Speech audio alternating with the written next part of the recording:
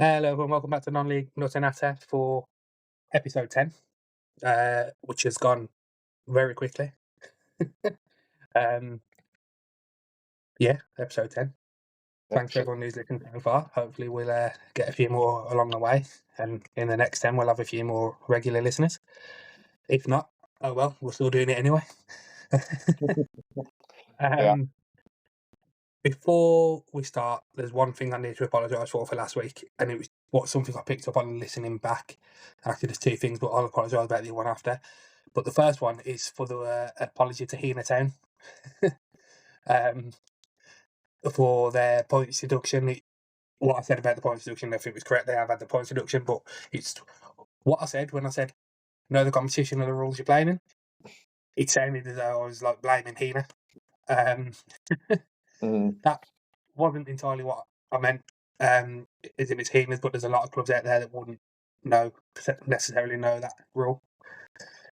And as I said in the piece,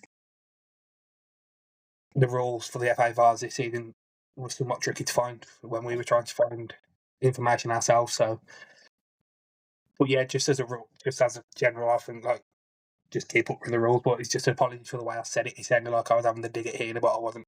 But anyway, that's gone. Fair enough. So yeah, I didn't get a match this weekend. I was busy, otherwise engaged. So over to Andrew. Oh, match report time. Yes. Okay. Let's just bring that up on my screen. So, where did I go? I went to Daventry in the United Counties Premier League South. Daventry Town were playing at home against Wellingborough Town. Wellingborough I went and saw last month at home, so they're away this time. So at the start of the game, Daventry was 7th in the league and Wellingborough up in 2nd. So that's it. It's a nice little ground, compact grass pitch. And with the weather leading up to the weekend, they did well to get the game on. Clubhouse is all nice and modern, complete with a balcony, which you can go and stand on to watch the game. I didn't go up there. And before the match, I was in the clubhouse just at the time that somebody came out of the boardroom where the sponsors were having their food and whatnot. They've got leftover pizza, which they were then handing around. So free food, all good. So quite pleased with that. Very nice. Either side of the clubhouse, there's just a little bolt together stand, you know, the usual sort of generic thing with some seating. And other than that, it's pretty open around the ground. So let's get into the match. Very, very quickly, Wellingborough were on the attack. So within the first minute, they'd had a shot which was saved down low to the keeper's right. Good save, actually. Overall, the first 15 minutes, no goals or anything. Daventry, actually, after that first minute, came out and they had the best of the early exchanges. No clear-cut chances, really, for either side. I will say, right from the start, away keepers at this level get it rough because home fans go behind the goal that their team are attacking. And because it's this level and there's no segregation, they change ends as well as the teams at half-time, which I think we mentioned before. So the poor away keeper gets it in the neck the whole match. And the home fans behind the goal, they were giving it large for the whole match. Most of them were the Daventry under-14 squad, which had been the mascots, and they were savage. It was really funny. They weren't rude, they weren't abusive. They were just funny and having a go at it all the way through, and really good, really good atmosphere from them.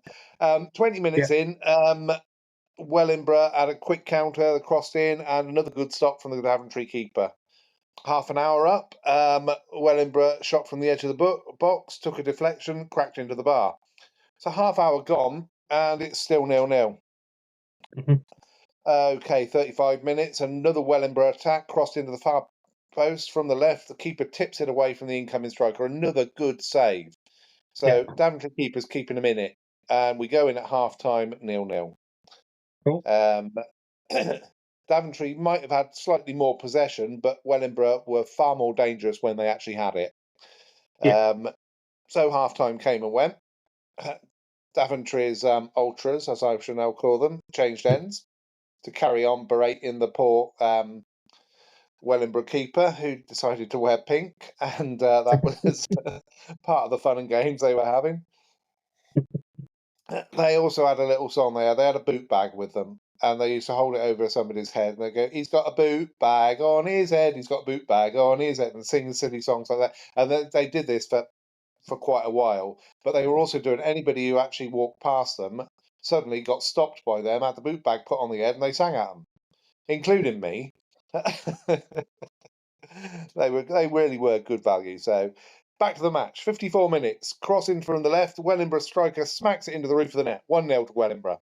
Yeah. Okay, 59 minutes. So Wellingborough fizzed across the face of goal. Nobody there to dink it in. Oh. Wellingborough are on the attack for most of the second half.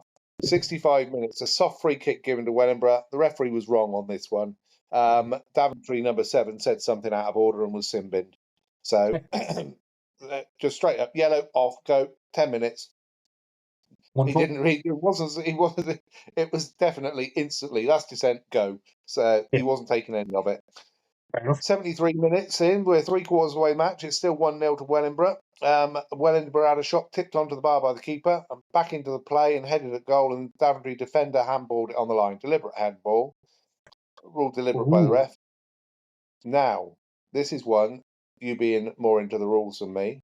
Penalty given, obviously, straight red. Yeah. Correct? Yeah. Because it's unusual to have a straight red and a penalty at the same time.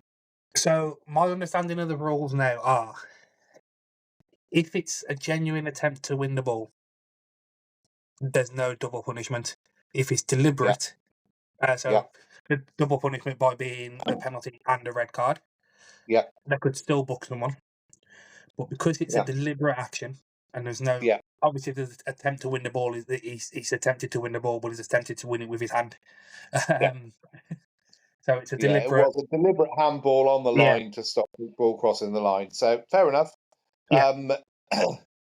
The Daventry manager was shouting at the linesman, "You can't do that. You can't do a red and a penalty."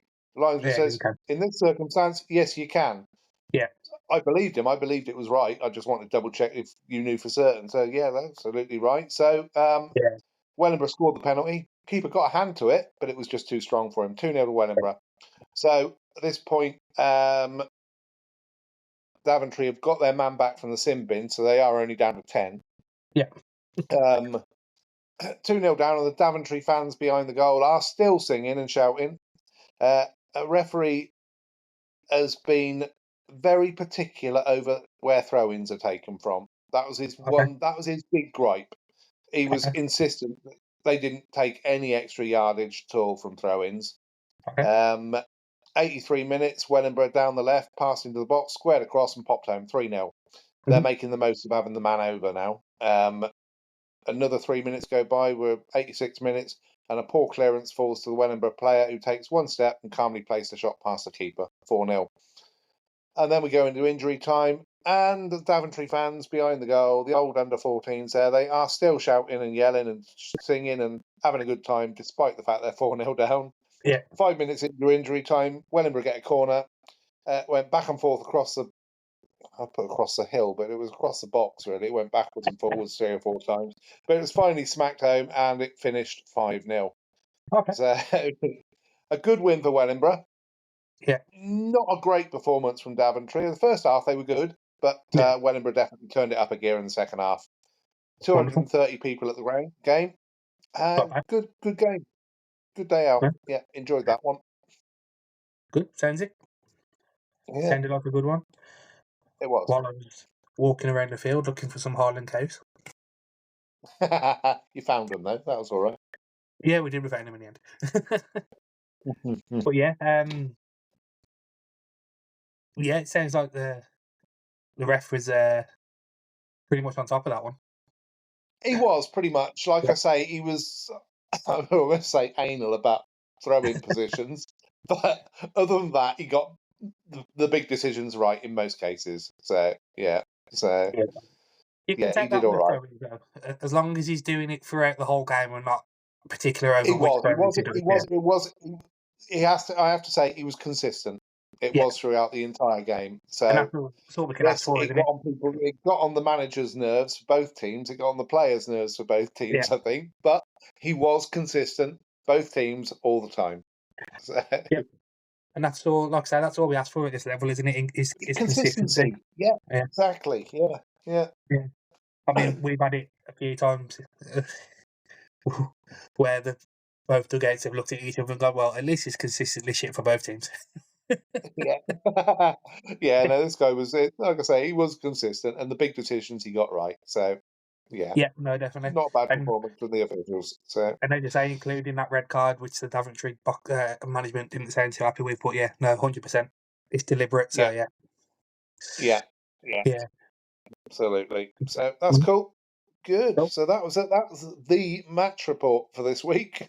Yeah, just want to touch on Tividale because obviously I didn't go. Um, Yeah. they lost 2-0 to Darlaston.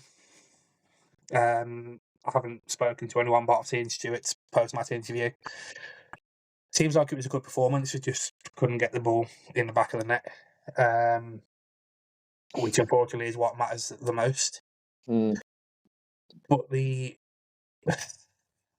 biggest result of the weekend, from our point of view, is Dudley Town came from 2-0 down to beat Highgate 3-2. Highgate So are flying high in that division, aren't they? So, they are. They are probably the best footballing team I've seen this season. mhm. Bear in mind, I didn't go to Lichfield, so I've not seen those play, and I said they are a good footballing side, and we've not played Congleton yet. But Yeah. Highgate have been the best team I've seen this season in our league. Mhm. And yeah, so Dudley Town come from 2 down to beat them 3-2, so that puts Tividale into the drop zone. And they've got to play Highgate next Saturday. That's a cup game though, so that's fine. Oh, is it? Okay. Yeah, yeah, because Don't we matter were supposed then. to play Whitchurch, but they're still in the Vars. Right. Um, we've obviously got to get these fixtures in, so Highgate are out of the Vars as well. And whoever they're supposed to be playing are still in the Vars, so we're like, shall we play our cup game on Saturday? Well, just as well play the cup game. Yeah. Yeah. Yeah. So yeah, we're now finding ourselves in the bottom two. I don't necessarily think it's a bad thing. I think it might give some of our players a kick up the arse that they need. Mhm. If you look at our squad on paper, people who know the Midland League and know Midlands football will look at our squad on paper and say, "What the hell are you doing down there in the league?" Mm. Our squad Right. on paper is too good to be where it is. There's been too many times this season where players haven't put the performances in. Mhm. They now need to make a decision as to whether they want to play football or they want to get paid. Because if they don't start putting the performances, I think Stu's at the point now where he's like, I need to put a team out which I think is going to win me a game. And if that's the players who Yeah. are on 20 quid rather than 100 quid, that's who he's going to put out. Then so be it. Yeah. Yeah. Yeah. And No, a agreed. lot of overall, the players on the less money have been performing better than the majority of players on bigger money this season. So I think Mhm. he's at that point now where he's like, I need to get wins. They're playing. You're sitting. Yeah. You don't like it. Do something about You it. want to get playing, then do something about it. Yeah. Yeah. Do better. Yeah. Fair enough, Ski. Yep. So yeah. So that's it. Yeah. So this week I thought we'd have a look and think about playing surfaces. Big topic at the moment. Big topic, given the weather. Yeah, exactly. The amount of postponements we get. I mean, I struggled to find a game on Saturday Yeah. because there were so many rain-offs Yeah, we were postponed from grass Tuesday night pitches. for a frozen pitch. Yeah, yeah, Yeah. exactly. So I thought I'd have a quick look through some of the leagues Mhm. and see how many grass pitches there are, how many 3G or artificial pitches of some description there are. Yeah. So I started off at step one, the National League, Mhm. and the vast majority of the teams in the National League, there's 24 of them, Mhm. play on grass. Yeah. Now, that's not that much of a shock because 1, 2, 3, 4, 5, 6, hold on, 7, 8, 9. 10 of them have played in the Football League before, Yeah. where they have to have grass pitches. Yeah. So that would account for them. The other 14 of them are probably aiming to try and get into the Football League at some point, at which point, if they had an artificial pitch, they would have to rip it up and put a grass one down. Is that still the rule now? Eh? Is it still the Well, rule Sutton now? had to a couple of years ago. So Who, sorry? Sutton, Okay, fair enough. 2 seasons Yeah. ago, they had to rip it up and put grass down. Yeah, no, that's fair enough. I wasn't entirely sure because I know it used to be the rule no, for I the believe FA that Cup is as well, still didn't the it? case. Yeah. So, from what I could see, Bromley play on a 3G pitch, Dorking play on a 3G pitch, Yeah. and some sources tell me Oxford City do, but I've been there and I can't honestly remember. So,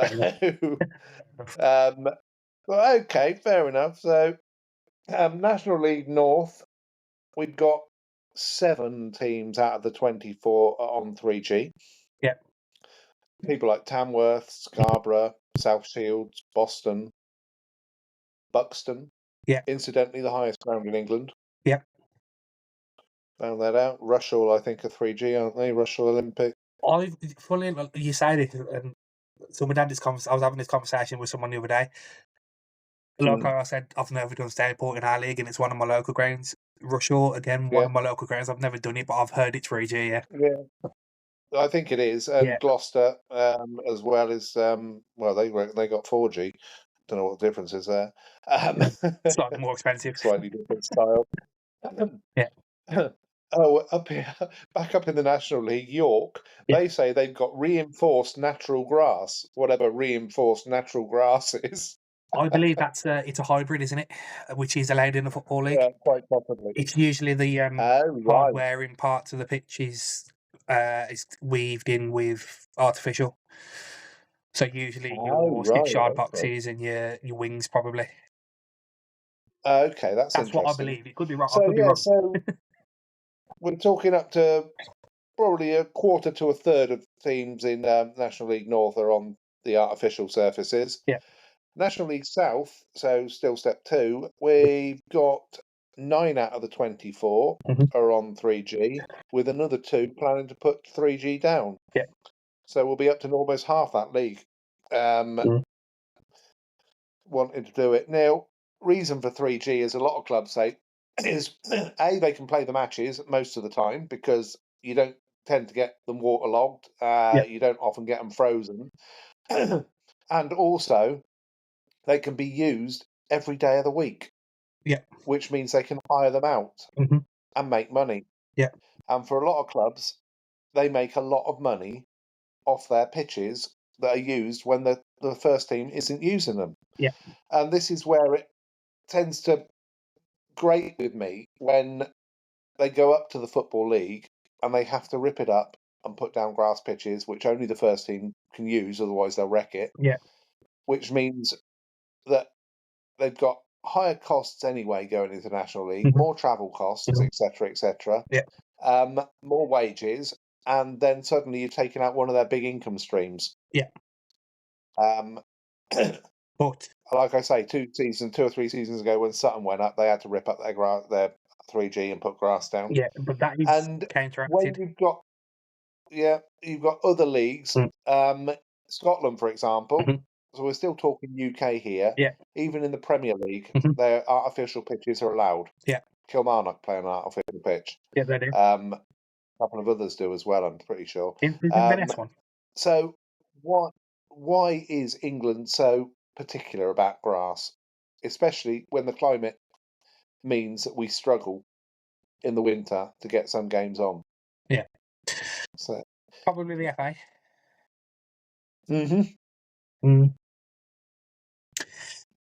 Oh yes, the old FA. Yeah. But it just does seem. I think some seriously thinking needs to be done. It's not like back in the 80s when you had Luton and Oldham on plastic pitches, which were literally plastic pitches, which were bleeding awful, and I can see why they outlawed them. Yeah. But these days, the artificial pitches are a damn sight better than they were then. They are. And okay, it's not grass, but they're certainly decent enough to play a decent standard. I mean, FIFA ratified certain standards of 3G pitches for international matches, Yeah, and UEFA do as well. yeah, So, exactly. Like for me, as you say, if you're asking a team that's getting promoted from National League to the Football League to rip it up, and then they're losing a major income source, as you say, although that yeah, is counteracted slightly because once you're into League Two, you get money trickle down from the Premier League. there is that. Yeah, But that does offset it a little bit. Yeah. does it cover what they've lost? I don't know. And also, does it cover what they lost if they go back down to the National League and can't get up again? Exactly. Because they only have the money to put 3G down again, not straight away. No, definitely not. But then, on the other hand, as you say, you rightly say, internationals have played on it, European Cup titles have played on it. If the Football League and the Premier League Yeah. are so against it because you've got varying ranges of different types of artificial surfaces and that some play differently, set a standard.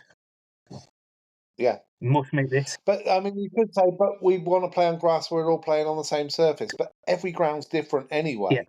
You get bobbly ones, you get flat Yeah. ones.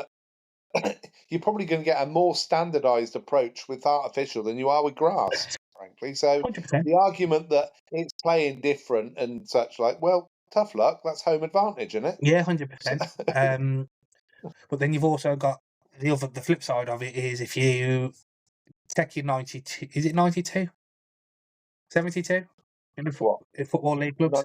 92 Premier League 20, 72 for the Football League, so 92, 92 in yeah. total, yeah. 92. If you then all of a sudden they all decide, right, we're putting artificial surfaces in, they don't need a full staff of what looks like 10 to 20 grain staff. So you are No. putting quite a few people out of work, but yeah, I don't know. Oh, it's a tricky one. Yes, I Yeah. mean, I'm not saying put it all down, but allow the team to make the choice themselves. Oh yeah, 100%, 100%. So Yeah, because you'll probably find that the Premier League clubs and Championship clubs probably wouldn't anyway because their grass surfaces are that good. yeah, I know the soil heating they've got and all this rubbish and sprinkler systems built Yeah, so in, that and probably would cost yeah, cost is probably not worth it for them. But once you get down no, to League One, League Two, they may want to look at doing it. yeah. Well, I'm so just saying, give teams the option. Like I say, give teams that going up into the Football League the option to keep their artificial if they want to, Yeah. and see what happens. Mhm. I mean, not ever having played. I mean, I played hockey as a kid, and I played on grass, and I played on Yeah. artificial, and it did change the game slightly. I mean, on artificial for hockey, certainly it was a lot Faster. faster game Yeah. and it required a lot more skill. How is it with football? Is it significantly different playing on artificial to grass, or not really? The only difference I ever noticed was the bounce is a lot less predictable Hmm. on a artificial pitch. Yeah. For example, for the ones I know around here, Sporting Calce's bounce is not great. Certain Hmm. areas of the pitches it doesn't seem to bounce. It seems to come up a little bit and just kind of scoot along the surface. Yeah. And then there's other parts where it's like a bouncy ball. Um, Sutton's. But then I would also argue on that front, on a grass pitch, you can have nice areas, and then you've got the soggy corner. Oh yeah, 100%. There you go. 100%. Yeah. But the bounce is not what you'd expect because you can judge the spin of a ball. So if you got backspin on the ball, you'd expect the ball to come back slightly. It doesn't always happen on an artificial surface. It can go wherever it wants to. Right. So that makes it more. Yeah. It as a defensive player, it makes your job a lot harder. As a forward, you probably love it because you're like, well, the defender knows where it's going to go. I'm just going to give him a yard extra so I can get around him if it doesn't go where he thinks it's going to. But from a defensive Yeah. point of view, they are more difficult to defend in that sense. But then they're less likely to bobble. They're less likely to kick one over you. So there's pros and cons, as I say. Yeah. As a In terms of injuries and things like that, are they significantly different? does it hurt more to land on an artificial pitch than it does on grass? In the winter, probably not. Because if you're landing on a hard pitch compared to an artificial pitch, the artificial pitch is probably slightly better. Mm. It's a lot harder on your joints, ankles, hips, knees, especially. Mhm. As a goalkeeper, they're not great for diving on. Some are better than others. You get a lot of carpet burn.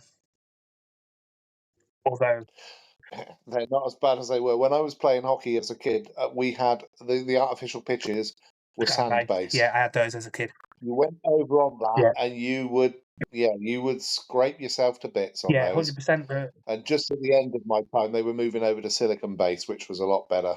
Yeah, 100%. I played on a couple of those sand bases as a youngster, and I'd come back with my knees and forearms in pieces. Yeah. So they have evolved from that, but they're still not great. And all the black rubber bits.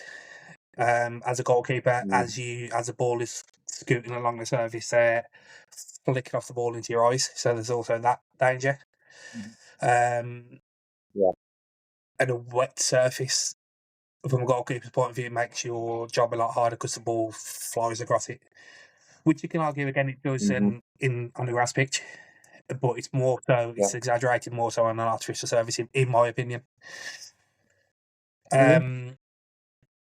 But yeah, knees, ankles, hips, definitely a bit of a danger. More so. We've got a lad at Tividale, Cameron East.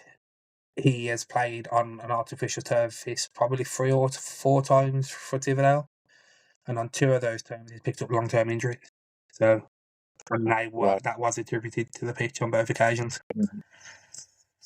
So we play an artificial game on an artificial pitch now, and it's like, Cameron, do you want to play or not? Yeah. Yeah. Yeah, no, I mean, this is it. I mean, if you're getting more jarring on the joints long term, it could mean more problems for the future, for post-retirement for players, possibly.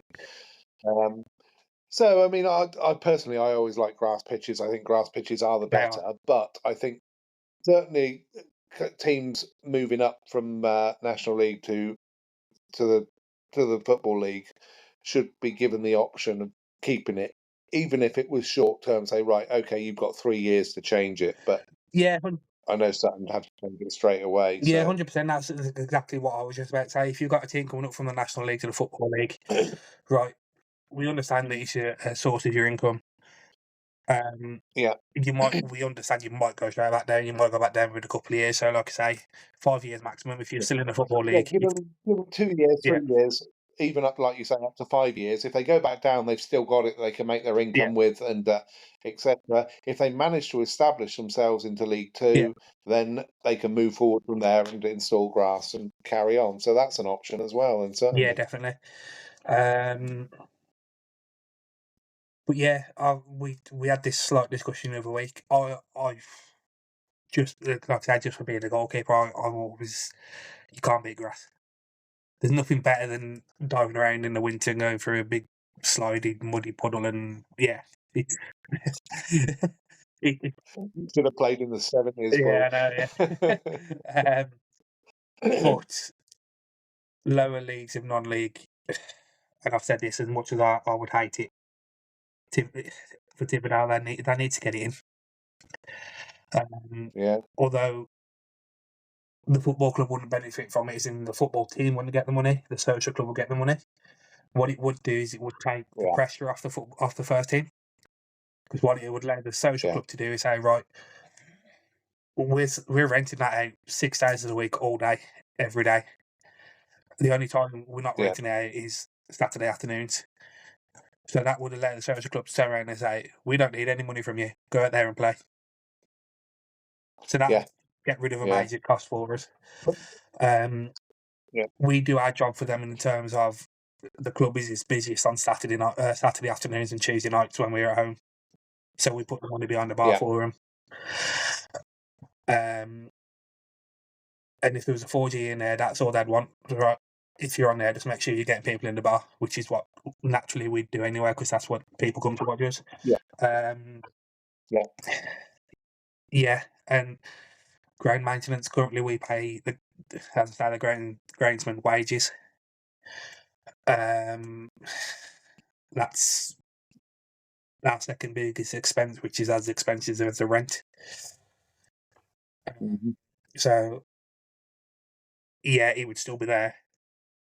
But again, with the money they're making, Dale's paying from what they're making from that, and he wouldn't be doing anywhere near as much work as he's doing at the minute. He does about 15 to 20 hours a week on the pitch, which on a 4G probably go down to probably 3 to probably 5 to 7, probably an hour a day if that. Yeah. And that just be That's rushing the black rubber bits back onto the pitch. Yes. Yeah, which I always end up with a shoe full after I've been to an artificial game. Well, that's just from standing next to it. Imagine being on a bloody thing. Yeah. Right. Okay. So it was FA Cup weekend, wasn't It it? was indeed. It was indeed.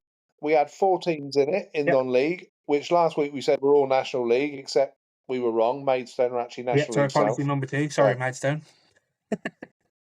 Yeah.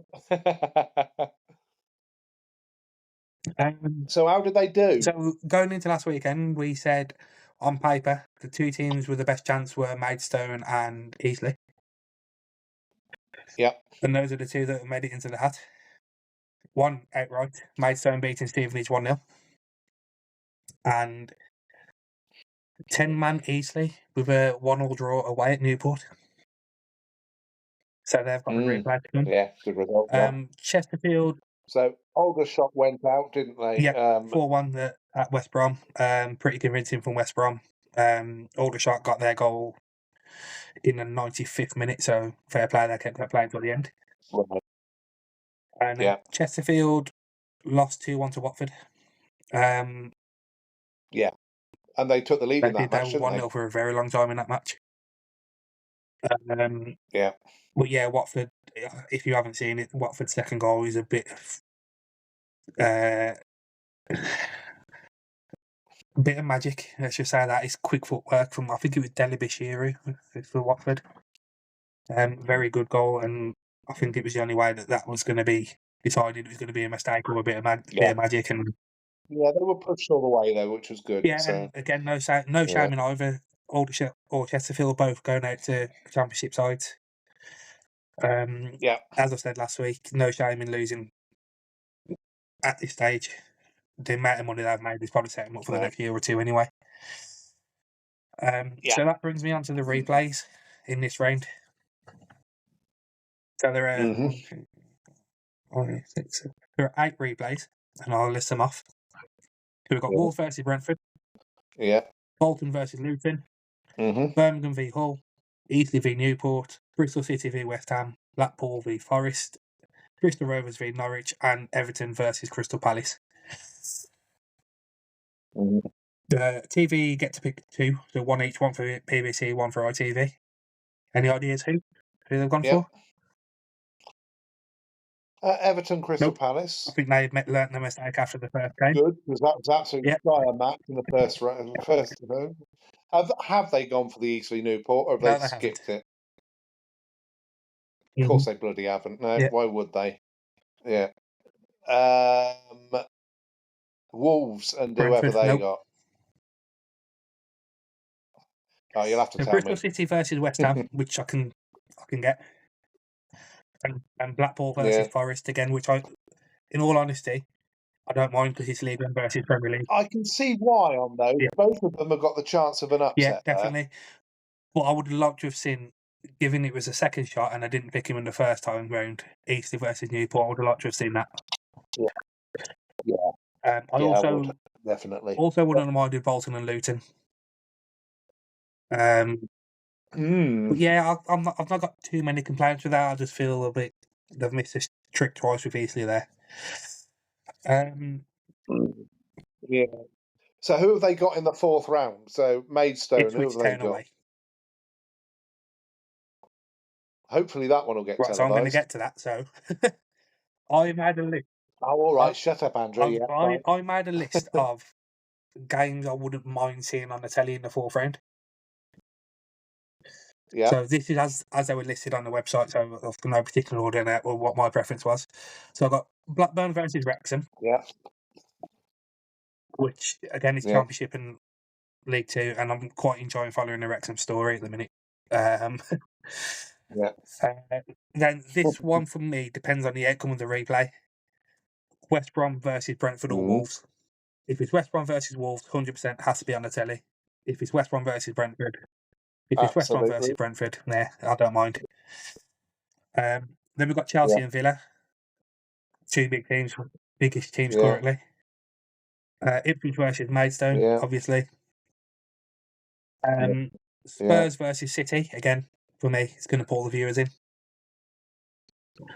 yeah, And then depending on the outcome of this, either Everton or Palace versus Luton or Bolton. So if Bolton beat Luton, I would like to see that on against either Everton or Palace, whichever. yeah, Um, and then either Newport or Eastleigh versus Man United. Whoever yeah. wins that for me, that deserves to be on the TV. Absolutely. Yeah, yeah. I And then I've agree. also made a note of this game because if Riverdale, by some miracle, had got this far in the competition, they would currently be Sheffield United, and they would Mm, have had Brighton at home in the next round. But that's never going to right. happen. But I just like to follow the Mm. journey of who Tipperdale would have played all the way to the final. Right. Yeah, So about 3-4 hours before tonight's recording, the TV games for the next round were announced.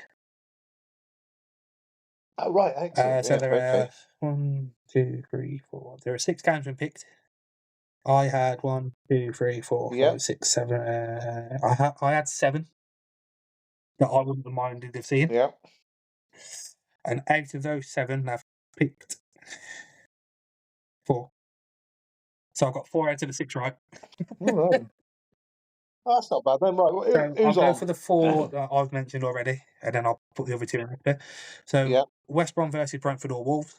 Again, if it's West Brom versus Wolves, yeah, fantastic. If it's West Brom versus Brentford, again, as an Albion fan, I'm going to say great, but there's other games I'd rather have seen. yeah. Ipswich versus Maidstone, so they made the right decision there. Oh, good. I'm pleased about that one. Good. And Spurs versus City, yeah. Obviously, yeah, yeah. That's a And Newport no-brainer. or Eastleigh versus Man United. So I've actually picked both the non-league sides this time round. Good.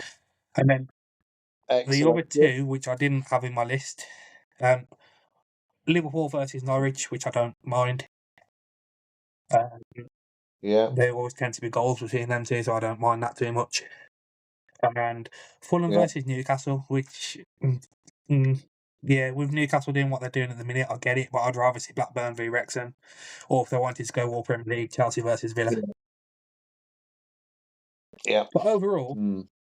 Yeah, not a bad selection. Certainly a better selection than we had in the yeah, third round. and TV money this round is £110,000 per team, so glad to see Maidstone and potentially Eastleigh, but also Newport benefit from that. Yeah, So good. yeah, so BBC and ITV must have listened to us last week and thought, you know what, they're right. Yeah, maybe they did. Um, Mm. yeah, so let's see what Newport and Eastleigh comes out next week. Yeah, yeah. Big tie through ever, Man United at home. So, and Mm. if it's Eastleigh, I can, well, even if it's Newport, I can imagine Man United not liking the pitch too much. No, exactly. Yeah. Also got an eye on the Brentford and Wolves replay because Mm. thanks for the Black Country derby there. Yeah. Mm. And it's at the Albion. Definitely, yes. The Wolves haven't won there since the 80s, so, or might even be the 70s. Crikey. Oh, could be Yeah, a no, I good think game, it's the that one, then. 80s, 30 odd years. I think it's been 35 years, so yeah, late 80s since Mm. since Wolves have won at the Albion. Yeah. So I'm sure if they get through, that'll change and Wolves Mm. beat us because, yeah. We can only wait and Yeah. see. Right. Right, so where are we? That news. Yeah, Must that be news. news time. Mind you, that was mostly the news, wasn't it? Yeah. FA Cup, basically. Before we move into the rest of the news, new Yeah. regular feature of big scores, high scoring matches. Oh, high scoring matches. Oh, yes, go for it. Well, I went and saw one 5-0 to Wellingborough. 13, 14. Yes, you did. But unfortunately, that's step 5, and I only go down to step 4 because, like I say, there's too many leagues once you get down to 5 and 6. So there were 16 games Yep. this week. Unbelievably, none at Yep. step 1 or step 2. So all 16 came at step 3 and step 4. Oh, right, So okay. we've got Redditch 3, Colville 4. St Ives Mhm. 5, Leiston 0. Needham Market Yeah. 4, Kettering 0. Dorchester 2, Yeah. Hungerford 4. Beaconsfield 3, Mhm. Swindon Supermarine 4. I Did you? nearly went to that one. Yeah, that was Yeah. one of the options. Fair enough. Salisbury 4, Tiverton 2. Bootle. Mhm. Was that Salisbury? Yeah, I'm guessing so. Salisbury's is, but it's Salisbury, innit? Yeah. Yeah. Yeah. Salisbury, yeah. Bootle 0, Stalybridge Celtic 4. Yeah. Liversidge, yeah, whoever they are. 4, Yeah. Links Edge, yeah. Bridlington 2. Lansing 4, Yeah. Ramsgate 2. Ascot Yeah. United 1, Thatcham 5. Sittingbourne Mhm. 4, Beckingham 0. Uh, Yeah. yeah, Just stop there. Ascot against Thatcham. You can see the highlights on Dash wonderful. 71 on YouTube. Wonderful. That's fine. Carry on. Who did I say last? Sittingbourne. Yeah, I said them. Westfield 5, Yeah. Hartley Whitby 1. Phoenix Sports Yeah. 0, Broadbridge Heath 4. Aylesbury 4, Stotfold 4. Porton Rovers. I nearly went to that one as well. That was on the list. Porton Rovers 3, Mosul 3. And Bishop's Cleeve 4, Lakenhall Athletic 0. Larkenhall Athletic 0. I need to write. Oh, excellent. I can't read Oh, my writing well. half the time. So it didn't really matter which ones I went to on the weekend. Then I was going to get a goal fest wherever I went. Yeah, definitely. So that's good. Yeah, so a few more games this week, but all a little bit further down the pyramid. Yeah, right. On to the rest of the news, which I've noticed this week. I don't notice everything, so obviously there is stuff I miss. Some of you might think this isn't news. Yeah. I might have already known about it, but it's about when it's in the non-league paper and when I come across it on Twitter, so it is what it is. So the first thing I came across, onto a league which I'd never heard of until last week in terms of the sponsor. Also in the news again this week, the Ebac Northern League have cancelled their two cup competitions for the season. There's a league statement from the league chairman Glenn Youngman. I've not written the whole statement down. I've written bits of it down and whatever it says. But they said the league have reluctantly made the decision to cancel both the Brooks Milson League Cup and the Ernest Armstrong Memorial Cup. Priority has to be to ensure league fixtures are completed. More than half should have been played by now. However, some teams are up to 10 games behind schedule. There are still some first-round cup games to be played. There would be 52 cup ties to be played in total. And completing the cup competitions would place undue pressure on the time available to play league games, which are currently scheduled to finish on the 20th of April. So yeah, fair play. You know what? On the face of it, that sounds like a decent decision. 100%. although I get it, it's a good chance for silverware for some teams who are potentially out of league contention already. But given the discussion we had the other week about postponements and FAs and leagues leaving the decision to the last minute to extend league seasons, Yeah, at least they've taken this decision now and not when they got to the quarterfinal or semi-final stage. yeah, absolutely. Yeah, So yeah, I don't necessarily disagree with it, especially with them saying if there's some teams with still 10 games to play. If they're still in yeah, the cup competitions, then obviously, although it's only could only be one game, it could be another 4 or 5 games they've got to fit in. So yeah, exactly. Yeah, I think that's a sensible decision. 100% So agree. This league seems to know what it's doing. I like them. Never heard of them till last week, but now. I mean, you call it the Ebac Northern League. Maybe it should be the Ebac Northern League. But anyway, that's being regionalist. So At least it's not the Midlands for once. yeah. The next bit of news: the Dagenham and Redbridge owner Peter Friend, he's looking to sell the club. He's Oh, I'll check the bank account, see if I can afford it. he stated that he felt he had failed the fans by not returning the club to the Football League. They were relegated from the Football League in 2015-16 season. Friend or Frund, Freund, I'm going to say Friendle, that's probably not what it is. He took over in 2018. Since he's took over, they have finished in the league 11th, 18th, 18th, 12th, 8th, and 10th. So they've not even made the playoffs under his ownership. Incidentally, they only made the playoffs once, and that was in their first season in the in the conference, National League. Sorry, it's not been in the conference for a long time.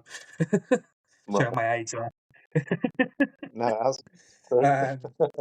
Yeah, and that was in their first season, and they lost 3-1 to Forest Green in the playoff semi-final. Since then, they've not been back in the playoffs.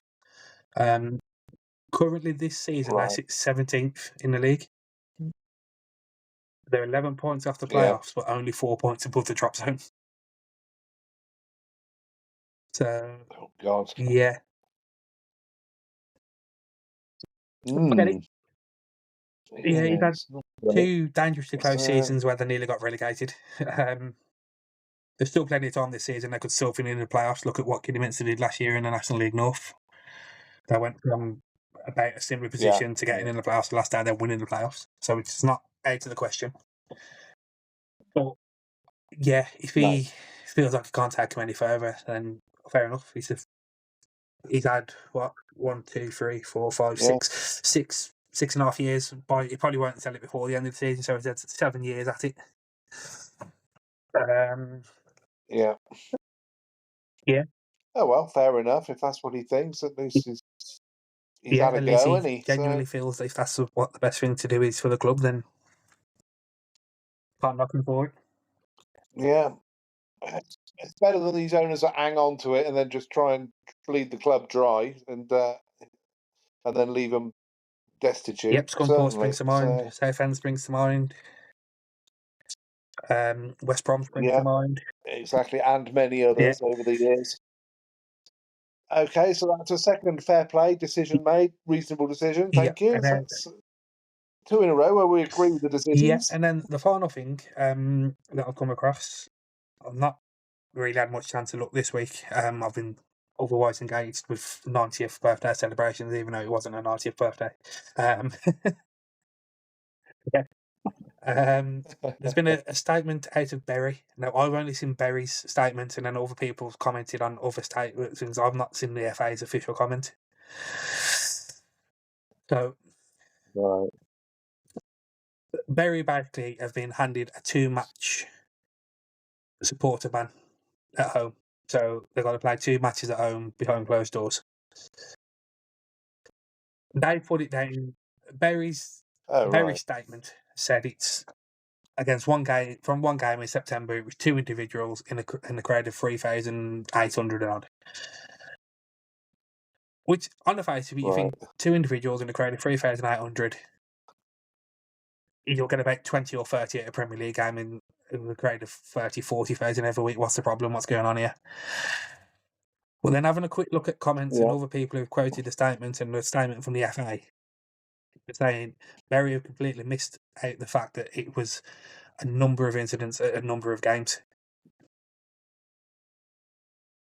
Oh, right. So we're not talking 3 people out of 3,000 something No, on apparently. one occasion. We're talking Yeah. several occasions. Um, That changes no, it I definitely. say I haven't So, read the FA.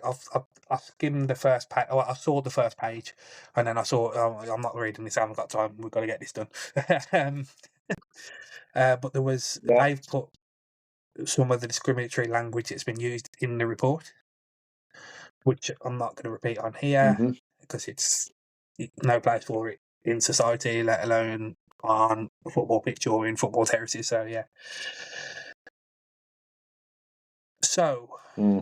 for Berry to turn around and say it's off the back of one incident is a little misleading. Hmm. And then there's a lot of outrage saying, what are the FA doing? Because it's Manchester FA that made the decision. Which Right. is at county Okay. level, obviously, at that. Hmm. Which I understand to an extent. What are the FA doing? It's 2 people, or even a small minority. Why are you punishing the well-behaved Yeah. fans? I do, I understand it, I get it. But Yeah. if you're going to stamp this out, the only way you're going to do it is by taking drastic action. Now, And the thing is, what you want to do is you want to encourage the well-behaved fans to mhm, stamp it out themselves internally yeah, within the crowd and highlight these people, um, rather than just saying, "Oh, it's over them over there. It's nothing to do with me." You need people to take action themselves and yeah. take responsibility, and this Oh might yeah, encourage 100%, that as definitely. well. But they're now saying, look at the lost income for those 2 home games. They average about 3,000 a game. Well, between 2 and 3,000 a game. I'm not Yeah. being funny. It's step 5 football. Your outgoing costs at that level should be nowhere near the amount you're taking. No, So yes, it's going to hit that's the right. owners and whoever hard for those 2 games. But if you're spending all of that Yeah. money you're getting for every home game, and there's 24 teams in the North West Counties League, so that's 23 home games.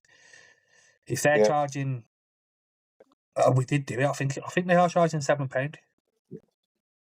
The average, that it's 10 quid, I think, the average for those ones. 5. We It step was 4, £7 the average. I think it was step 5, it'll be 8, 8 £7 or £8. So quid, if you're 7 or 8 getting quid, yeah. on average, say 2,000 every week, you're looking at 14 grand. Yeah. So you're gonna be turning over 10, 15 grand a week Yeah, in gate money alone. I'm not being funny. That two two two home games of that kind of crowd for Tiverdown will set them up for the season. Yeah. In terms of just the club running costs, in terms Yeah. of player budget, you're probably looking at another 3 games, so probably 5 games, and Tiverdown will be set up for the season. That's set 5, and that would be being competitive at set 5. So that then leaves Yeah. them with another 16, 17, 18 games, which should be pure profit. Yeah. Yeah, Should be so plenty to keep them going, yeah, yeah. if Bury, if yes, Bury are a big club, and I want to be getting back up the pyramid as soon as I could be. So you can probably extend that to 10 games, which should cover their cost for the season. Anything, anything Mm, beyond that, it should do, yeah. yeah, And, mind you, having said that, because they are aiming higher, because they've got a big fan base, they've probably got a yeah, higher playing budget, than a lot of other which is teams why I've at said that 10 step. games should cover it. Yeah. I mean, what we're looking at, that's £150,000, which for step 5 is Yeah. astronomical. That's very Yeah. true. Yeah, it is. Um, Yeah. yes, in all fairness, they've probably got stewarding costs because of how many they get. In fact, I think in the statement, their statement, they spend £3,000 to £4,000 per game on stewarding costs. So, yeah, okay, there is more costs involved. Yeah. But, yeah. Oh, well, it's a difficult one, but punishment does need to be meted out for these 100%. things, certainly. And a statement needs to be made. But Yeah. I would like to see these incidents being dealt with centrally by the FA in London, because you've got inconsistencies at the county FA levels. That's very true. Yeah, that would again. It's down to consistency, isn't it? It's our favourite If it's word. discrimination or anything like that, it needs to go to the FA at London, and they need to take a look at it and say, doesn't matter if it's one incident or if it's 30 incidents, this is the punishment. Obviously, if there's more incidents, they can say, right, yes, this is the punishment, but because there's been so many incidents, we're actually going to make it 4-game ban for supporters rather than 2. It's happened. Or fair play to I don't know if it was. I think it was the Birmingham County FA. It might have been the Warwickshire FA. Whoever Atherton are a part of, they've also dished out the same punishment this year for discrimination abuse. So at least those two have been consistent. Right. But then I go back to without getting into it too much, Tividale at Whitchurch last season. The investigation was done without the FA. I think it was the Shropshire FA. It was the Shropshire or the Staffordshire. I can't remember which one. Right. Tividale didn't even know the investigation had been. Yeah, I think it is. But Tividale didn't even know the investigation had been done. So discrimination against the Tividale player alleged, wasn't alleged. The comment was heard. We know it happened. Heard by an official. Yeah. So we know it happened. But the Shropshire FA took the decision that the term used was more descriptive than discriminatory. What the difference is, you tell me. And that the decision would be that there was no punishment for Whitchurch, and yet things would carry on as normal. But they took that decision based purely off statements from Whitchurch. There was no communication with Tividale at all. None with the management, none with the committee, not even a conversation with the player who was on the receiving end of the abuse to see what his feelings were on it. So that just shows the difference of opinions at county FA level, which is why I feel it should be at central FA that should be dealing with this. Yeah, because Whitchurch isn't a million miles away from Bury, and if it had been another 10-15 miles north, probably would have found itself in the Manchester FA. Yeah. There you go. So it's, although it's gone with what happened, just situation. You look at these decisions coming out now and you think, well, how did the Shropshire FA get to this decision? Which they don't have to explain themselves, they just have to go, well, that's what our decision is, that's it. They don't have to reason how they got to that decision. Yeah. And we could go back with as many examples as you want. Well, this FA in this came to this, so however you got to this, they're like, that's the decision, get on with it. So yeah. Especially with how big a thing is the kick it out campaign in the Premier League and no room for racism or whatever it is called nowadays. It used to show racism the red card, didn't it? Yeah. But I think it's no to racism now, isn't it? With all that, this, whatever level, if it's Premier League or kids football on a Sunday afternoon, it should all be dealt with by the Central FA. Agreed. Yeah. Should be. Yeah. Okay. That is the end of the news. That's the end of the news. Brought to you by non-league nutter. Plans for the weekend? Well, I'm travelling up to the Midlands.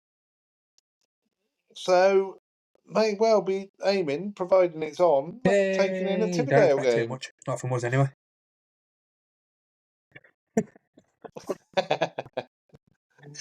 It's got to have goals. Okay, so that's the plan anyway, but we'll see what happens weather-wise and Yeah, I don't think we take it from forecast there. any rain. The biggest danger is potentially frozen pitch. As I say, Yeah.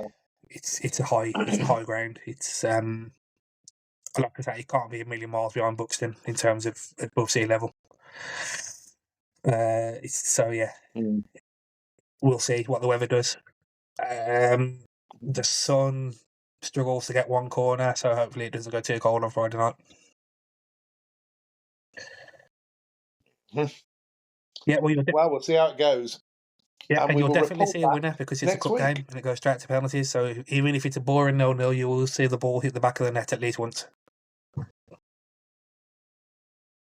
Excellent. That's good then. Right. I think it's the Which Midland cup League is Cup. it? Oh, right. Okay, I don't think I've Uh, seen a game in that one. I've seen the JW Hunt Trophy. I've seen the yeah, Birmingham we Midweek don't enter Floodlight anymore. Cup. I've seen the What's It Charitable Who? Commission Doodah What's It Cup, which I can't remember. The charity one. The one with some bloke's name in it, a memorial charity Yeah, we don't play that commemorative one anymore. That must be Doodah a step Cup. lower. Um, but yeah, I think that's all right. the JW Hunt's a charity cup. Yeah. Uh, Yeah. and the other cups we're in are the Birmingham Senior and Walsall Senior. But yeah, this is the Midland Mhm. League Cup. Quarter final. Okay, well, Yeah. we shall see how it goes. Right. Right, Either way, I will see you Saturday. say, yeah, Yes, and good night, good everyone, and night, we Nutter will listeners. speak to you next week. Bye bye. Bye bye.